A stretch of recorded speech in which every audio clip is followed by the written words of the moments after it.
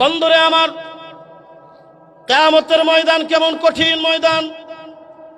আল্লাহর হাবিব সাল্লাল্লাহু আলাইহি ওয়াসাল্লামের কলিজার টুকরা বিবি হযরতে মা আয়েশা সিদ্দিকা রাদিয়াল্লাহু তাআলা আনহা বলেন, ইয়া রাসূলুল্লাহ, ইয়া হাবিবাল্লাহ, কিয়ামতের ময়দানের অবস্থা একটু বয়ান করেন। ওই হাশরের ময়দান কেমন হবে, কেমন হবে? আল্লাহর হাবিব ডাক দিয়ে বলে, আয়েশা ভালো করে শুনো।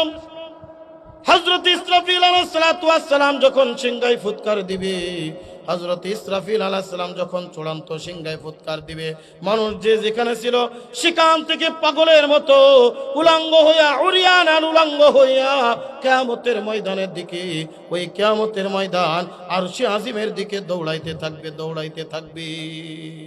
কি হইয়া? উলঙ্গ হইয়া। কি হইয়া?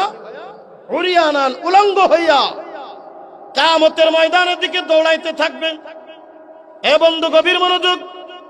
হযরত ইসরাফিল আলাইহিস সালাতু ওয়াস সালাম এই পৃথিবীর জমিনে ধ্বংস করে দেওয়ার জন্য একবার সিংহায় ফুৎকার দিবে। এই পৃথিবীর জমিনে আবার শুকনা মরুভূমি বানানোর জন্য আরেকটা ফুৎকার দিবে।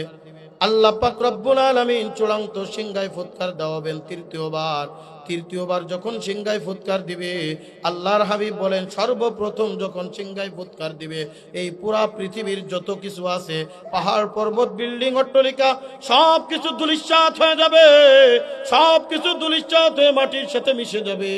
এই জমিনে বড় একটা ধাক্কা চলে আসবে, ধাক্কা দিয়া এই জমিনটাকে পানির সাথে মিশিয়ে দিবে। এই জমিনের ভিতরে তখন পানি আর পানি ছাড়া আর কিচ্ছুই থাকবে না। পাহাড় পর্বত গাছপালা তরুলতা যা কিছু দেখতেছেন সব কিছু একেবারে শেষ হয়ে যাবে। আল্লাহ পাক রব্বুল আলামিন কতকাল ওই অবস্থায় রাখবেন, আল্লাহ ছাড়া আর কেউ বলতে পারে না। হযরত ইসরাফিল আলাইহিস সালাম এবার দ্বিতীয়বার সিংহায় ফুৎকার দিবেন।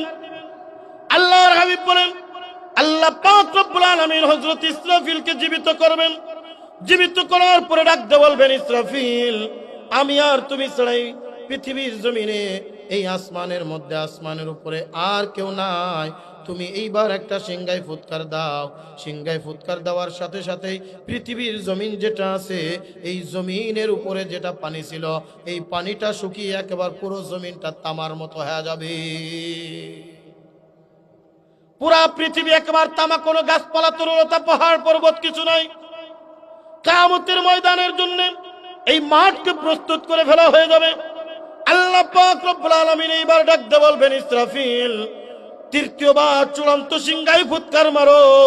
এই জমিনের তলদেশে আমার যত বান্দা আছে, তৃতীয়বার সিংহায় ফুৎকার দেওয়ার সাথে সাথে উলঙ্গ হইয়া প্রত্যেকটা মানুষ কিয়ামতের ময়দান অর্থাৎ আল্লাহর আরশে আজিমের দিকে, ওই আরাফার ময়দানের দিকে দৌড়াইতে থাকবে। হযরত মা আয়েশা বলেন, আমি লজ্জায় লাল হয়ে গেলাম। আল্লাহর হাবিবের কাছে প্রশ্ন করলাম, ইয়া রাসূলুল্লাহ, ইয়া হাবিবাল্লাহ, ওই কিয়ামতের ময়দানে আমরাও কি উলঙ্গ অবস্থায় উঠব? আল্লাহর হাবিব ডাকতে বলে, আয়েশা, ওই কিয়ামতের ময়দানে আমি রাসূল ব্যতীত আর কেউ কাপড় পরিহিত থাকবে না। হযরত আয়েশা ডাকতে বলেন, ইয়া রাসূলুল্লাহ, ইয়া হাবিবাল্লাহ, কিয়ামতের ময়দানে আমাদের কি উলঙ্গ অবস্থায় উঠানো হবে? ওগো আল্লাহর হাবিব, আমাদের কি লজ্জাও লাগবে না? ওগো আল্লাহর হাবিব, আল্লাহর কসম করে বলি, আল্লাহ পাক রব্বুল আলামিন যেদিন থেকে পর্দার আয়াত নাজিল করেছেন, সেদিন থেকে আমাদের চেহারা দেখা তো দূরের কথা, আমাদের ছায়াও পর্যন্ত কোনো পরপুরুষ দেখতে পারে নাই। কিয়ামতের ময়দানে উলঙ্গ অবস্থায় উঠব। ওগো আল্লাহর হাবিব, আমাদের কি লজ্জা লাগবে না? আমাদের কি করুণ পরিস্থিতি হয়ে যাবে? আল্লাহর হাবিব ডাকতে বলে, আয়েশা, কিয়ামতের ময়দানে তো কঠিন, কিয়ামতের ময়দানে তো কঠিন অবস্থা আল্লাহ পাক রব্বুল আলামিন করে দিবে। মানুষ যখন দৌড়ায় কিয়ামতের ময়দানের দিকে যেতে থাকবে, এই মানুষ শুধু তাকায় থাকবে আল্লাহর আরশে আজিমের দিকে, আর চোখের থেকে টপ টপ টপ টপ করে পানি ফেলায়া নিজের হাত কামড়াইতে কামড়াইতে বলবে, ইয়া নফসি, ইয়া নফসি। আল্লাহ পাক রব্বুল আলামিন এবার আসমানকে, সাত আসমান এক জায়গায় করবে। জোরে কন্যা সুবহানাল্লাহ। সাত আসমানের নিচে সূর্যটা লাগিয়ে দিবেন। এখন তো দুনিয়ার থেকে 9,30,00,000 মাইল উপরে সূর্য। সূর্যের আসল আকৃতিটা উপরের দিকে, উল্টা পিঠটা হলো জমিনের দিকে। এরপরেও বলেন তো, বর্তমান ফাল্গুন মাস চলে, আগামী একটা মাস পরে চৈত্র মাসে কঠিন খরা যখন আল্লাহ পাক রব্বুল আলামিন দেন, তখন বলেন তো রাস্তাঘাট দোকানপাটে ওই একবার টানটনে রৌদ্রের ভিতরে 2-4-5 ঘন্টা কাজ করার মতো মানুষ কি খুঁজে পাওয়া যাবে? 9,30,00,000 মাইল উপর থেকে উল্টা দিকের সূর্যের তেজ যদি এত কঠিন হয়, এ নারায়ণগঞ্জের মুসলমান, ওই কিয়ামতের ময়দানে আল্লাহর হাবিব বলেন যেদিন সূর্য থাকবে মাথার 1 বিঘা উপরে, সূর্যের আসল আকৃতিটা থাকবে জমিনের দিকে।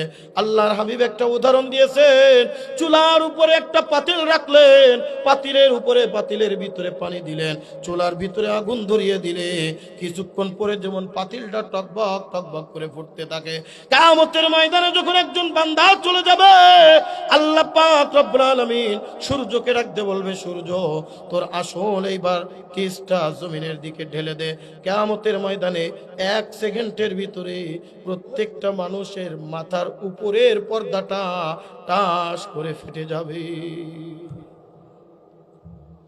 এইবার কিছুক্ষণের মধ্যে টপ টপ করে মাথার গুলো টকবক টকবক করে ফুটতে থাকবে, প্রত্যেকটা মানুষ পাগলের মতো হয়ে যাবে।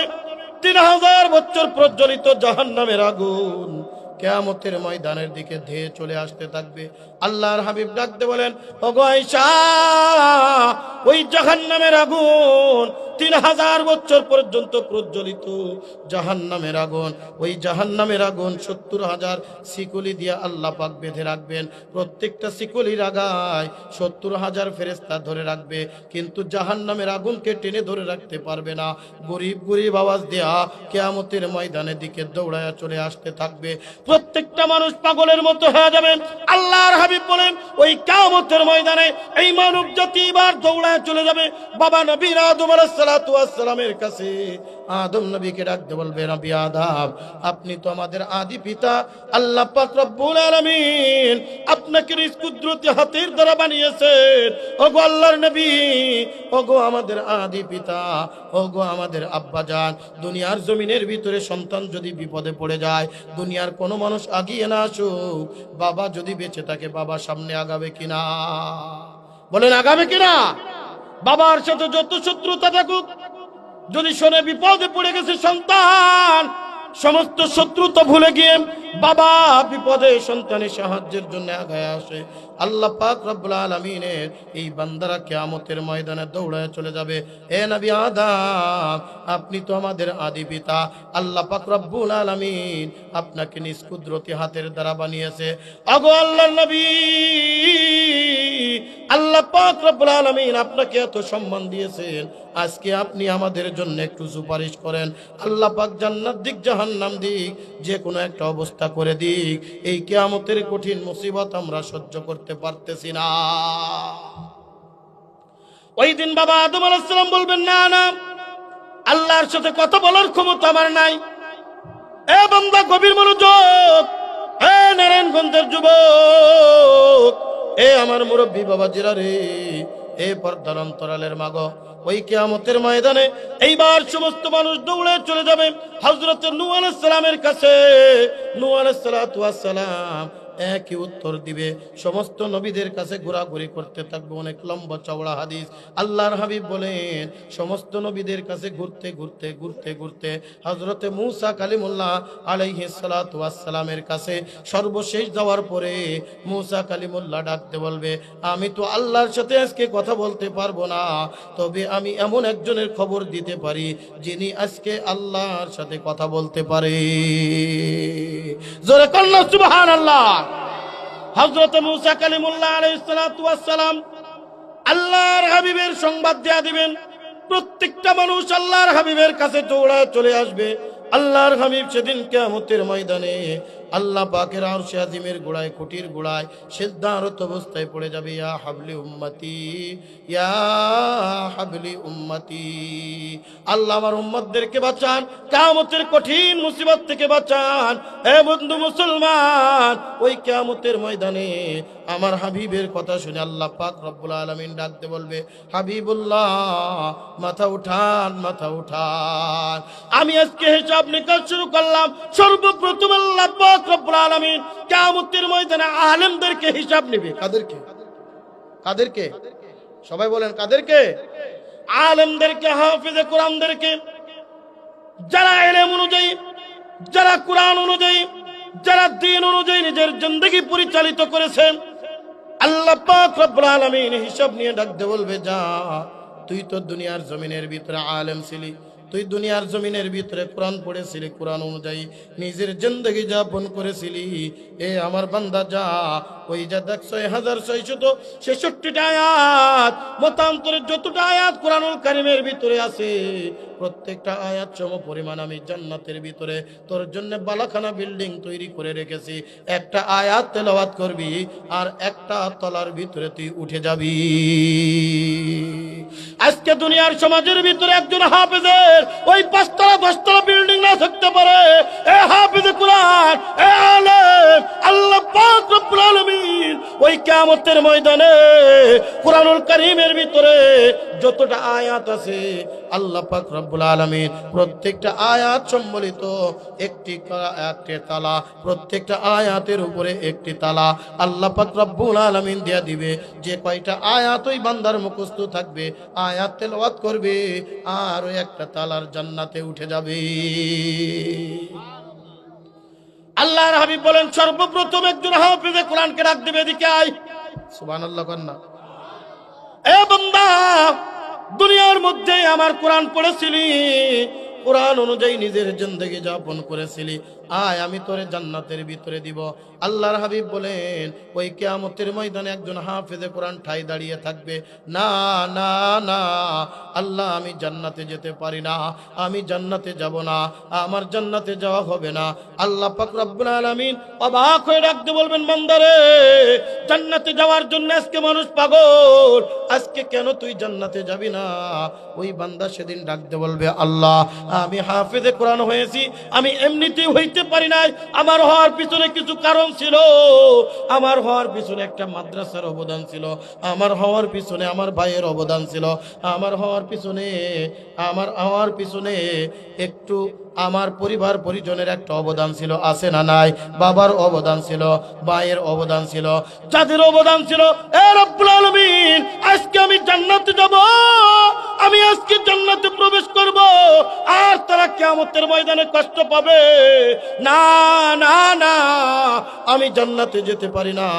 ওগো আল্লাহ, যতক্ষণ পর্যন্ত আমার ওই ভাই, যেই ভাই আমার হাফেজে কোরআন হওয়ার পিছনে, যেই ভাই আমার আলেম হওয়ার পিছনে, আমার পিছনে কাজকর্ম করে গিয়েছিল, ও রব্বুল আলামিন, যতক্ষণ পর্যন্ত আমার সাথে তাদেরকে জান্নাতে না দিবা, ততক্ষণ পর্যন্ত আমি আল্লাহ তোমার জান্নাতে যেতে রাজি না।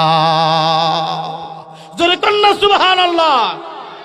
আল্লাহর হাবিব ডাকতে বলেন, এইবার আল্লাহ পাক রব্বুল আলামিন ডাকতে বলবেন, ওয়াশাফাহু ফি আশরাতিন মিন আহলি বাইতিহি কুল্লুহুম ক্বাদ ওয়াজাবাত লাহুন নার। আল্লাহ পাক ডাকতে বলবেন, হাফেজে কোরআন, আমি তোরে কত ভালোবাসি, মহব্বত করি, তুই জানিস না? কোরআনের কারণে আমি পৃথিবীর সব কিছু দামি করে দিয়েছিলাম, কোরআনের কারণে তোর সিনাটাকে আমি দামি করে দিয়েছিলাম। আজকে এই কঠিন মুসিবতে, যেদিন মা তার সন্তানের পরিচয় দিল না, বন্ধু তার বন্ধুর পরিচয় দিল না, আজকে তুই আমার কাছে একটা আবদার করে বসছিস, আমি কেমনে তোর আবদারটা ফেরত দিই? আয় আয় আয়, এ বান্দা, পুরা কিয়ামতের ময়দানে খুঁজতে থাক, একজন দুইজন না, 10 জন ব্যক্তিরে আমার দরবারে এনে হাজির করবি, তাদের ব্যাপারে সুপারিশ করবি। কাদেরকে আনবি? যাদেরকে জান্নাত দিছি তো দিছি, যাদের জন্য জাহান্নামের আগুন ওয়াজিব করে দিয়েছি, এই রকম 10 জন ব্যক্তিকে আমার সামনে হাজির করে আন, আমি আল্লাহ পাক রব্বুল আলামিন তোর সুপারিশ কবুল করে তাদেরকেও তোর সাথে জান্নাত দিয়া দিব। যেদিন ডাক্তার, ইঞ্জিনিয়ার, দুনিয়ার ক্ষমতাসীন, দুনিয়ার টাকা পয়সাওয়ালারা আমাকে আপনাকে ভুলে যাবে, ওই কিয়ামতের কঠিন মুসিবতে আল্লাহ পাক রব্বুল আলামিন আমার এই সমস্ত হাফেজে কোরআন আজকে যারা মাওলানা আল্লামা মুফতি ইমাদউদ্দিন সাহেবের হাত থেকে পাগড়ি নিলেন, আপনারা দেখেছেন পাগড়ি নিয়েছেন যারা এই মাদ্রাসার ভবিষ্যৎ, এই মাদ্রাসার থেকে ফারেক হয়েছে, কিয়ামতের ময়দানে এরা আমাকে আপনাকে ভুলবে না। যাদের এই হাফেজ হওয়ার পিছনে যাদের অবদান আছে, আল্লাহ পাক রব্বুল আলামিন বলবেন, বান্দা তুই কিয়ামতের ময়দানে কেউ পরিচয় দিচ্ছে না, তুই যখন পরিচয় দিলে আয় 10 জন ব্যক্তির সুপারিশ করার পাওয়ার দিয়ে দিলাম, সুপারিশ কর আর আল্লাহর জান্নাতে নিয়ে যা। জোরে কোন সুবহানাল্লাহ। এটা আমার কথা না, রাসূলের কথা। যারা বলেন কার কথা? রাসূলের কথা। আমি আপনি যদি এরকম মাদ্রাসার পিছনে আমার আপনার সময় ব্যয় করতে পারি, আমার আপনার অর্থ, আমার আপনার যেরকম তৌফিক আছে, অর্থ নাই, সময় নাই, একটু বুদ্ধি পরামর্শ, একটু শ্রম, যার যেরকম তৌফিক আছে তৌফিক অনুযায়ী আমি আপনি যদি একটু ব্যয় করে দিতে পারি, আল্লাহর হাবিব বলেন কিয়ামতের ময়দানে আল্লাহ পাক এই ওসিলায় আমাকে আপনাকে নাজাতের ফয়সালা করে দিবে। জোরে কোন সুবহানাল্লাহ। সম্মানিত হাজিরিন, এই যে আপনাদের বাইতুল ফালা বারিকিয়া তাহফিজুল কোরআন মাদ্রাসা, এই মাদ্রাসার দরকার আছে না নাই? কথা বলেন, আছে না নাই? এই মাদ্রাসার থেকে যারা হাফেজে কোরআন বাহির হয়ে যাচ্ছে, কিয়ামতের ময়দানে আল্লাহ পাক রব্বুল আলামিন তারা আমার আপনার দরকার, আমার আপনার ব্যাপারে সুপারিশ করবে, আল্লাহ আমার ওই সমস্ত ওই পাগলা বাজার আমি বাইতুল ফালা বারিকিয়া তাহফিজুল কোরআন মাদ্রাসায় লেখাপড়া করতাম, ওগো আল্লাহ যাদের